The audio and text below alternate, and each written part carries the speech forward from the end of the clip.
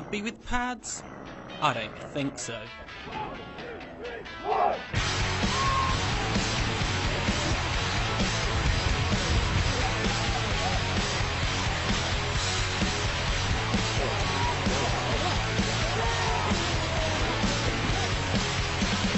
American football in the UK is more popular than ever. Around 30,000 people from 182 clubs play at least once a month.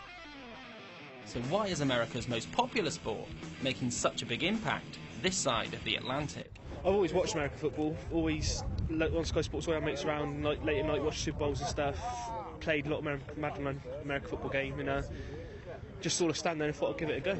I started playing for my university team. I saw they had a team when I went there, enrolled, tried out and got in, so that was my first experience. If one person mucks up at 11 on the field, a player will go dead straight away, says everybody's got to club together, everyone's got to get together, and that just then, off the field, breeds a good relationship. Well, I started towards the end of last season when they were still in an associate club, but before they were in the league. Didn't play any games, and then came back in January when they did the big recruitment drive, and to hopefully start playing again a bit later this year. So we've got a really good core group of people that all know each other, all get along, all been working hard together for years, so it's really easy to come and slot into that when you're new. I got into it about 20 odd years ago at school, when it first came on Channel 4, and literally just my brother was into it. He said, pick a helmet kind of colour that you like, and I ended up going for the red and gold of the 49ers, so followed them ever since really, and just recently got back into it now because the Storm are here. So in training you can hit each other really hard, and it's always a case of give the hand to get back up, and it is really, because it's very much a team game. All 11 players on the pitch at any one time are vitally important to what happens in the game, so you can't let your teammates down as well, so it's very, very sort of camaraderie driven, definitely. I had a couple of friends that was coming here previously about 2 years ago, and then from there I come along with them a couple of training sessions, and I just caught the bug. I play everything: football, baseball, rugby. I've played a little bit of. And how does this compare to those? It's a bit harder. It's a bit more crash bang wallop in that sense. But yeah, I love it. Swindon Storm are one of the newer clubs that have cropped up in recent years. They were only established a few years ago, but they've gone from strength to strength, this season being admitted to the British American Football League for the very first time. One man has almost single-handedly made this happen. Steve Bennett is a former Great Britain American football star with nearly 2 decades of experience in the sport. So what possessed him to start a team from scratch? Well, it all started in 2007 when my boss at work gave me a poke in the shoulder and said, "You play as American football, right, don't you? I've got my son and his mates are obsessed with the sport. They're throwing the football around every lunchtime, coming home with torn school trousers, and they don't stop talking about it. Do you want to coach them up?" And at the time I was playing for the Bristol Aztecs and coaching UWE Bullets, the university team. I'd also been playing for like 15 years at that point and played international youth and adult football. So I took that experience and started the Swindon Storm. Literally booked a sports hall in Wootton Bassett, which is the little town just outside Swindon where all these kids were. Put a couple of posters up in the community centre and in the local gym and at the school. Had 30 kids turn up on the first session, all crazy for the sport, throwing the football around. We had loads of fun, and it's just gone from there basically. Steve has been instrumental in ensuring Swindon Storm are the team they are today.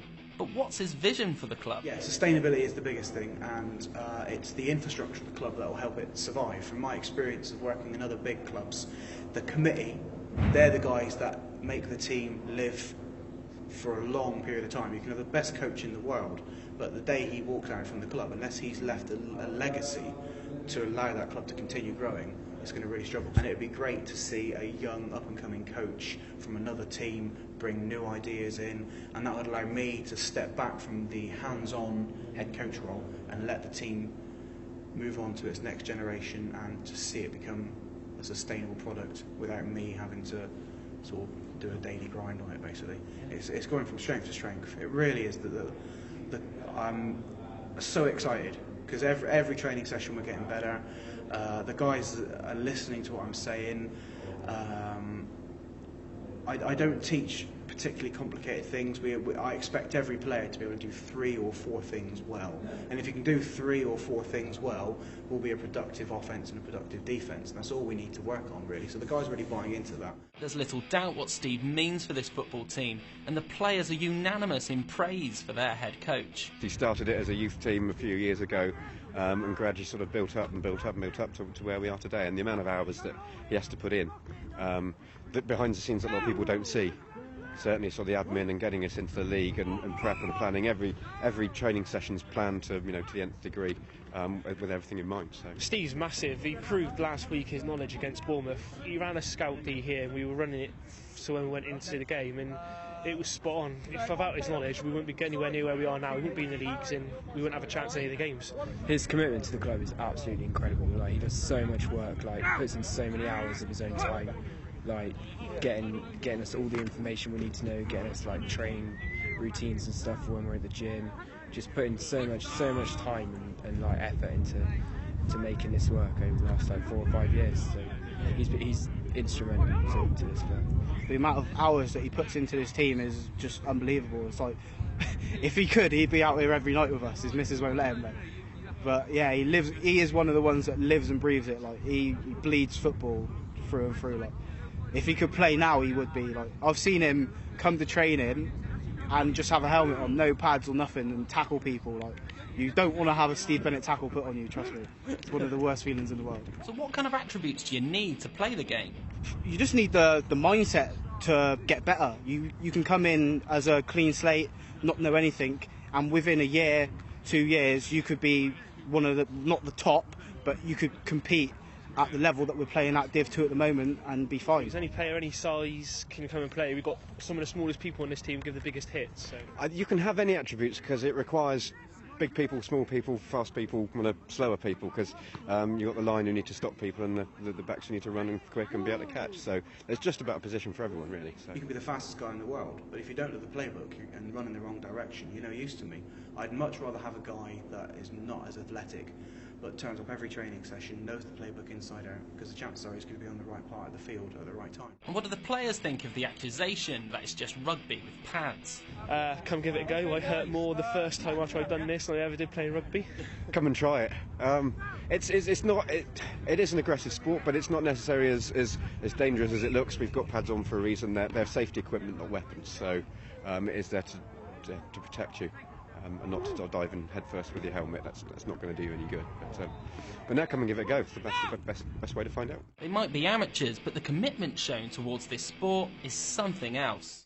There's guys here that like live and breathe the sport. They'll go home later on tonight and watch game tape of this. Like, we're taping this. They'll go home and study our training video.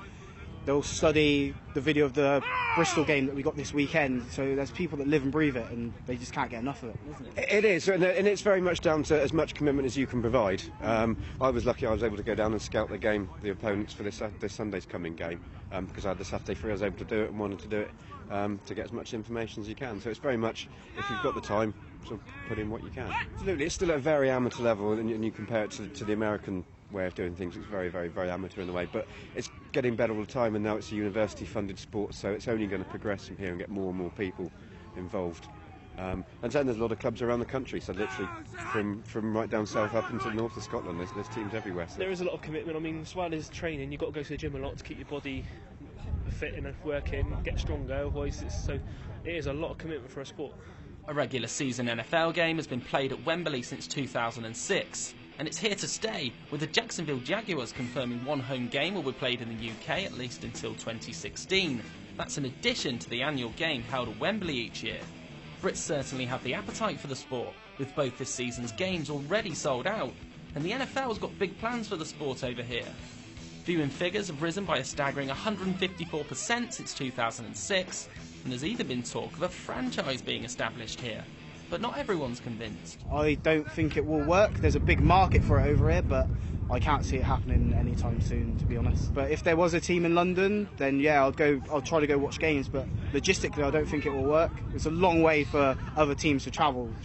Personally, I don't think they will be able to set up a home team in the UK. It's just too much effort for the away teams in the American League to come all the way over to the UK.